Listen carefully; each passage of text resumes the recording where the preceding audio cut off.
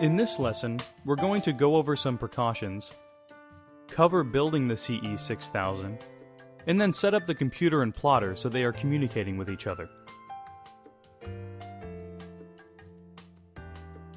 Let's go over some general precautions. First, try to get someone to help you, especially if you are installing the CE6000-120, the larger unit. A second person will make assembly much easier. Also, when placing the cutter, make sure it's in a dust-free and dry environment, and won't be in direct sunlight. Make sure there's a rated power outlet near its location that is grounded properly. It's best to make sure there's enough room around the device of at least 2 feet. It just makes it easier when you're loading material onto the cutter. It also allows rolls of material to move freely without running into obstacles. Here are some precautions to follow when maintaining the product. First, don't clean with solvents. Use a dry cloth or a cloth that has been dampened with a neutral detergent that has been diluted with water. Don't use oil to lubricate any of the parts. If something goes wrong, don't try to repair the unit. Contact your dealer first or contact GrafTech. Here are some precautions when using the product. First, handle the blades with care. They're small and they're easy to lose and very sharp. When setting the blade depth, oftentimes there's a temptation to extend it beyond what is necessary. When overextending the blade, what can often happen is it will cut through the backing of the material and can damage the Teflon mat. How to install the blade will be covered later in this lesson. As with any piece of machinery, don't get too close to the moving parts. Inevitably, something will get torn, pulled, or struck.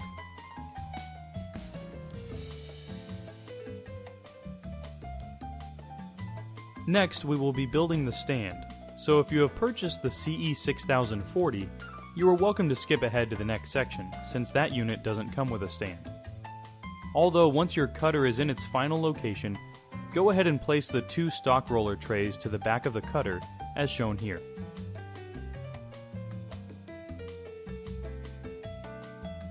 First, let's unbox all the parts and pieces to the stand, and keep the cutter boxed for now.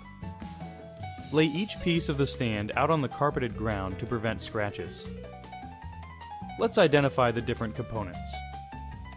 There are the 2 stand legs, the 2 footers, the center cross member bar, 2 stock roller plates, 2 media stock rollers, 2 stock roller stops, and if you own a CE6000-120, there will be an added alignment bar. There should be 12 M5 socket head cap screws and 4 coin screws. Both the CE6060 and the CE6000-120 have a similar process to building the stand. So we will cover building the CE6060, and then we will show briefly how to install the alignment bar to the CE6000-120. First, mount both stand legs to the cross member using 4 M5 socket head screws. As you mount the cross member to each stand leg, take note not to tighten the screws. We will tighten them after we place the cutter on the stand and it has been properly seated. Next, mount the footer to the bottom of each stand leg. When mounting the footers, take note that the footers don't mount evenly. This is normal. In fact, the longer end of the footers should be toward the back of the cutter. This will be important to remember when installing the media stalker plates.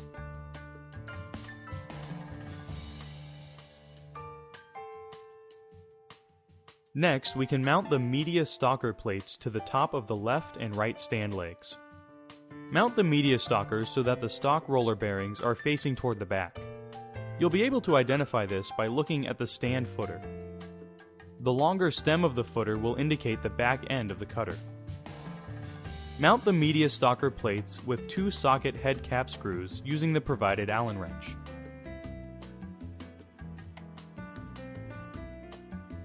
In this case, be sure to go ahead and tighten the screws. If you have the CE6000-120, go ahead and mount the media alignment bar with the 2 socket head cap screws, 1 at each end.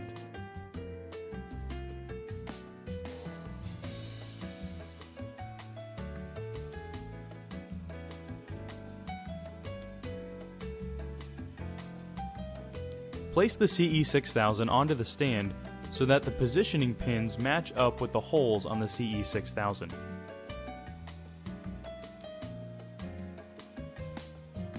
And then fasten with the 4 coin screws. At this point, tighten the 4 socket head cap screws using the provided Allen wrench. Place the media stock rollers on the stock roller bearings.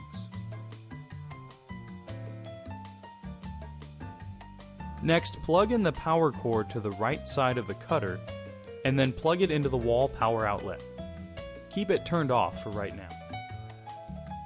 Next, take the blade holder out of the box. Hold it in your hand and remove the cap. Now locate the CB09U blade, which is packed in a plastic container. Remove the blade and insert it into the blade holder cap, inserting the blade tip first. Carefully press the blade into the cap to ensure that it is seated properly. Then carefully mount the cap onto the blade holder. As mentioned earlier, the blade should only extend to the thickness of the media. This may seem to be a daunting task, but it's not really.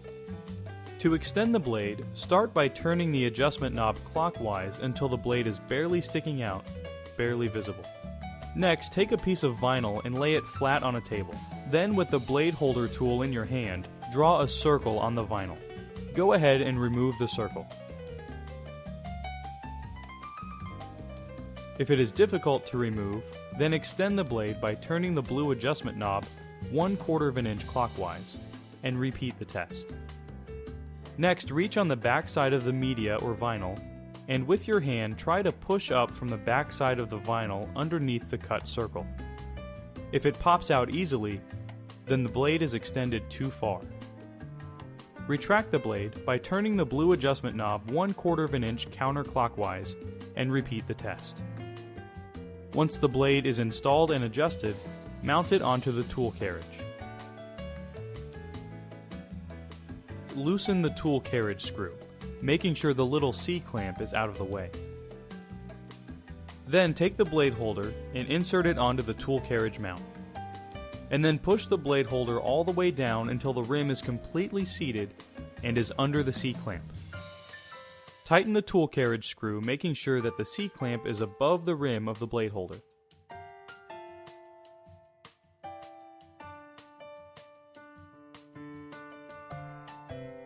Before we go any further, let's get familiar with the CE6000 cutter.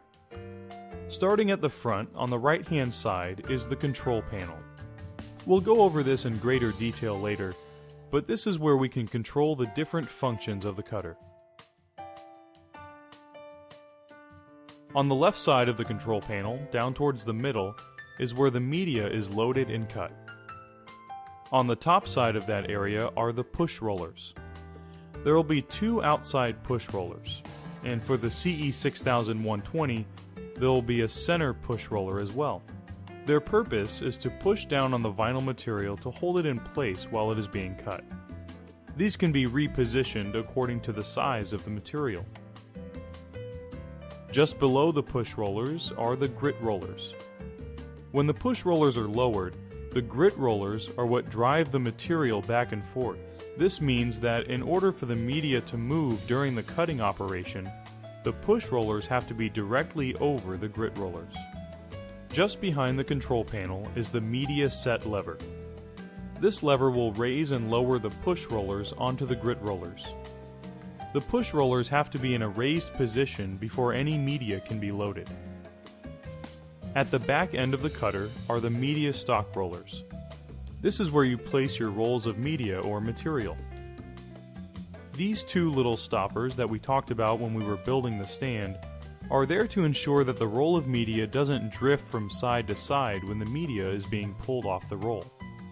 The CE6000-120 has this alignment bar in the front that will help you load the media straight into the cutter.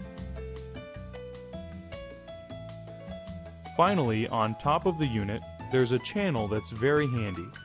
It's where you can place all your tools, your X-Acto knives, cutting tools if you have more than one, scissors, and other tools. Let's start by turning on the power and configuring the cutter to connect with the computer.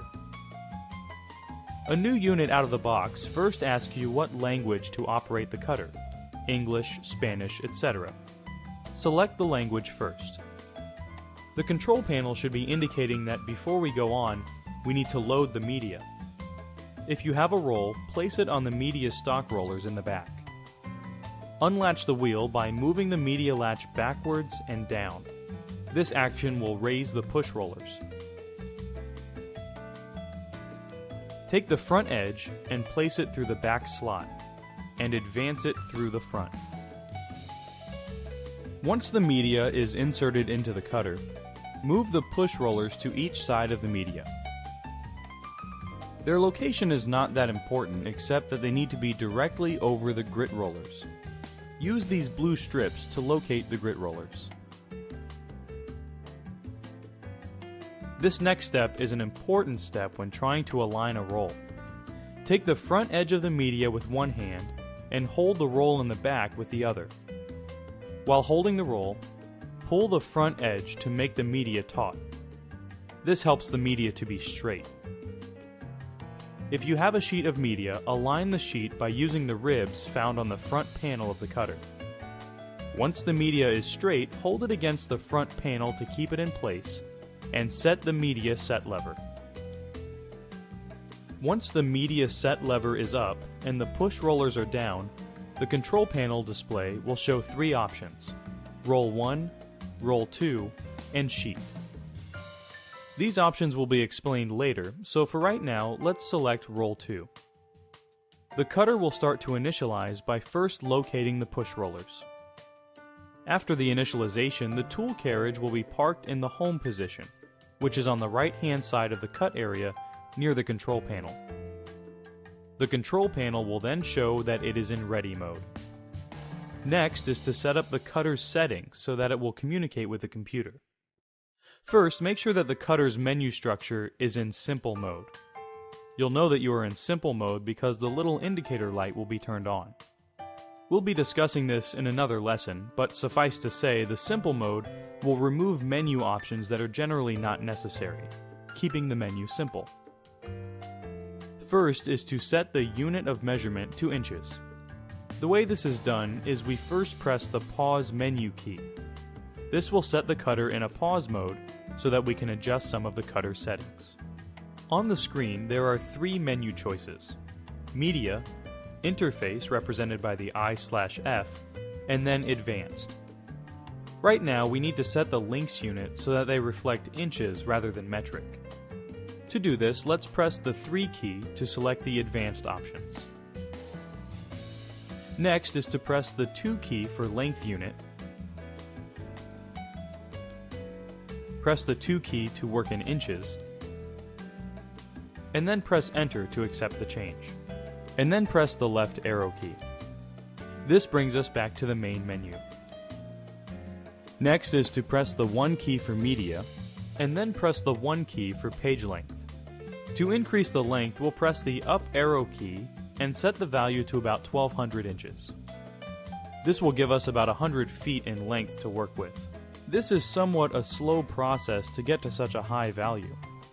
By pressing the fast key first, we can set the increments to a higher value. In this case, we can press it until we can reach 400-inch increments. Now when we press the up arrow key, we can reach the 1200-inch value more rapidly. Once the value is set to where we want, in this case 1200 inches, press Enter to accept the value. Next is the resolution for the cutter that must be set, or what is called the step size. To do this, press the 2 key for interface, and then press the 2 key again for GPGL step size. Finally, press the 3 key to set the step size to 1016. Press Enter to accept the new changes, and then press the left arrow key to return to the main menu. Now that the plotter is set up to communicate with the cutter, let's turn the cutter off. Take the USB cable that came with the cutter and plug one end into the computer and the other end into the plotter. But do not turn the cutter back on. And go ahead and take the cutting tool out of the tool carriage for right now.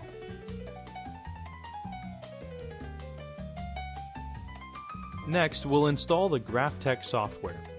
We won't install all of it, since we'll cover this in later lessons. To start, insert the CE6000 DVD into the DVD drive. Click Run Multi-Setup. You may get this User Account Control message asking if it's okay to install the multi-setup application. Click Yes. This will open the CE6000 software installation application. As mentioned before, we will be going over the Studio and Cutting Master 3 software in another lesson. Therefore, for right now, click on the Install CE6000 software button and follow the step-by-step process.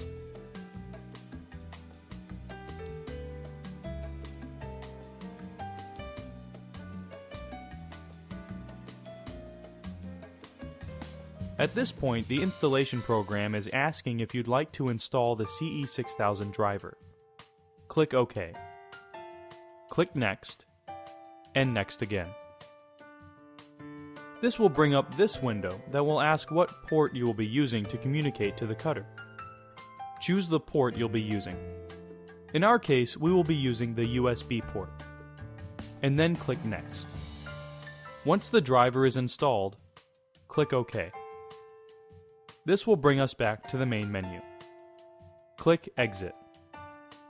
Finally, turn the cutter on. Initialize the cutter by pressing the 2 key for Roll 2 on the control panel. The cutter has been set up and the software is installed. The final step is to test the communications by using the plotter controller to set a test cut. To open the plotter controller, click Start at the bottom of your PC window. Then click All Programs. Scroll down the list to find GraphTech Cutting Plotter Controller for CE6000.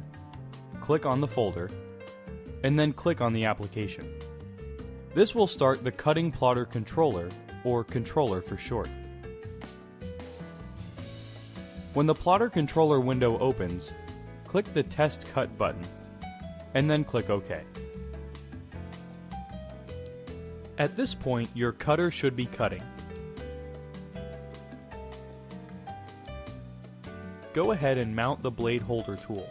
If there is no movement, then there are a couple of things you can check.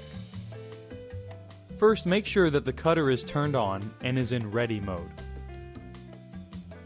Next, check the cable to make sure it is plugged in correctly to both the cutter and the computer. If it still doesn't work for some reason, review the steps we have just covered to make sure a step wasn't missed.